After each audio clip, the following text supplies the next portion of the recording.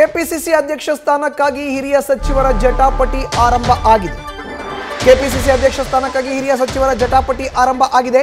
KPCC ಅಧ್ಯಕ್ಷ ಸ್ಥಾನ ನಿರ್ವಹಿಸಲು ನಾನು ರೆಡಿ ಅಂತ ಸಾಹುಕಾರ್ ಸಂದೇಶವನ್ನ ಕಳುಹಿಸಿದ್ದಾರೆ.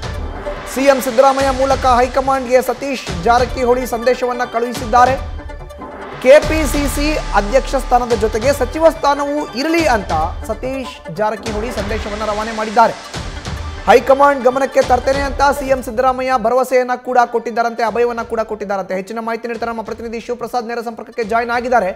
ಶಿವಪ್ರಸಾದ್, ಈಗಾಗಲೇ ಕೆಪಿಸಿಸಿ ಅಧ್ಯಕ್ಷ ಸ್ಥಾನಕ್ಕೆ ತೆರೆಮರೆಯಲ್ಲಿ ಜಟಾಪಟಿ ಆರಂಭ ಆಗಿದೆ. ಸಾಹುಕಾರ್ ಕೂಡ ಪ್ರಬಲ ಆಕಾಂಕ್ಷಿ. ಈಗ ದೆಹಲಿಗೆ ತೆರಳಿರುವಂತಹ ಸಿಎಂ ಕಡೆಯಿಂದ ಒಂದು ಸಂದೇಶವನ್ನ ರವಾನೆ ಮಾಡಿರೋದು. ಹಾಗಾದ್ರೆ ಆ ಸಂದೇಶ ಏನು?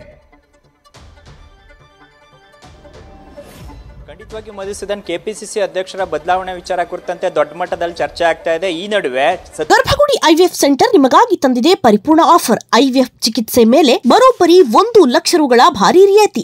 ಆಫರ್ ಪಡೆಯಲು 9449949448ಗೆ ಕಾಲ್ ಮಾಡಿ. ಸತೀಶ್ ಜಾರಕಿಹೊಳಿ ಅವರು ಕೂಡ ಕೆಪಿಸಿಸಿ ಅಧ್ಯಕ್ಷ ಸ್ಥಾನದ ಪ್ರಬಲ ಆಕಾಂಕ್ಷಿಯಾಗಿದ್ದಾರೆ. ನಿನ್ನೆಯಷ್ಟೇ ದೆಹಲಿಗೆ ತೆರಳಿರ್ತಕ್ಕಂಥ ಸಿಎಂ ಸಿದ್ದರಾಮಯ್ಯ ಅವರ ಜೊತೆ ಕೆಲವೊಂದಿಷ್ಟು ಮಾಹಿತಿಯನ್ನು ಕೂಡ ಹಂಚಿಕೊಂಡಿದ್ದು, ಹೈಕಮಾಂಡ್ ನಾಯಕರ ಭೇಟಿಯ ಸಂದರ್ಭದಲ್ಲಿ ಸತೀಶ್ ಜಾರಕಿಹೊಳಿ ಅವರ ಅಭಿಪ್ರಾಯ ಏನಾಗಿರಲಿದೆ ಅಂದ್ರೆ, ಈಗ ಅಲ್ಲಿ ಸಚಿವರಾಗಿರೋದ್ರಿಂದ ಒಂದು ವ್ಯಕ್ತಿಗೆ ಒಂದೇ ಹುದ್ದೆ ಅಂತಕ್ಕಂಥ ನಿಯಮ ಕಾಂಗ್ರೆಸ್ನಲ್ಲಿ ಇದೆ.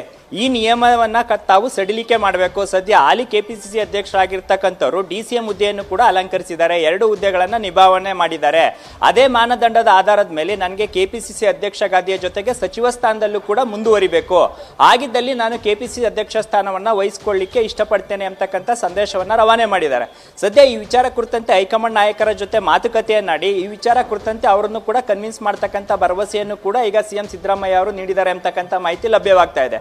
ಒಂದು ವೇಳೆ ಏನಾದರೂ ಜಾರಕಿಹೊಳಿ ಅವ್ರಿಗೆ ಏನಾದರೂ ಕೆಪಿಸಿಸಿ ಅಧ್ಯಕ್ಷ ಗಾದಿ ಜೊತೆಗೆ ಸಚಿವ ಸ್ಥಾನವನ್ನ ನೀಡ್ತಕ್ಕಂಥ ವಿಚಾರದಲ್ಲಿ ಹೈಕಮಾಂಡ್ ಒಮ್ಮತದ ಅಭಿಪ್ರಾಯವನ್ನ ಏನಾದರೂ ಪ್ರಕಟ ಮಾಡಿದ್ದೇ ಆದಲ್ಲಿ ಸಹಜವಾಗಿ ಇಲ್ಲಿರ್ತಕ್ಕಂಥ ರಾಜ್ಯ ಕಾಂಗ್ರೆಸ್ ನಾಯಕರು ಯಾವ ನಿರ್ಧಾರಕ್ಕೆ ಬರ್ತಾರೆ, ಏನಾದರೂ ಹೈಕಮಾಂಡ್ ಕೂಡ ಈ ವಿಚಾರ ಕುರಿತಂತೆ ರಾಜ್ಯ ನಾಯಕರ ಅಭಿಪ್ರಾಯವನ್ನ ಕೇಳುತ್ತಾ, ಇಲ್ಲ ಸಿದ್ದರಾಮಯ್ಯ ಅವ್ರ ಮುಖಾಂತರ ಬೇರೆಯದೇ ಸಂದೇಶವನ್ನ ರವಾನೆ ಮಾಡುತ್ತಾ ಅಂತಕ್ಕಂಥ ಚರ್ಚೆಗಳು ಕೂಡ ಶುರುವಾಗಿದ್ದಾವೆ. ಅದೇನೇ ಇದ್ರೂ ಸಹಿತ ಈಗ ಸತೀಶ್ ಜಾರಕಿಹೊಳಿ ಅವರು ಅಧ್ಯಕ್ಷ ಸ್ಥಾನದ ಜೊತೆಗೆ ಸಚಿವ ಸ್ಥಾನ ಕೂಡ ನಂದಾಗಿರ್ಲಿ, ನನ್ನ ಹತ್ರನೇ ಇರಲಿ ಅಂತಕ್ಕಂಥ ಸಂದೇಶವನ್ನು ರವಾನೆ ಮಾಡಿದ್ದು, ಹೈಕಮಾಂಡ್ ನಾಯಕರು ಈ ವಿಚಾರ ಕುರಿತಂತೆ ಯಾವ ಅಭಿಪ್ರಾಯವನ್ನ ಪ್ರಕಟ ಮಾಡ್ತಾರೆ ಎಂಬುದನ್ನು ಕೂಡ ಈಗ ಕಾದು ನೋಡಬೇಕಾಗಿದೆ. ಮಧುಸೂದನ್, ಧನ್ಯವಾದ ಶಿವಪ್ರಸಾದ್ ನಿಮ್ಮ ಮಾಹಿತಿಗೆ.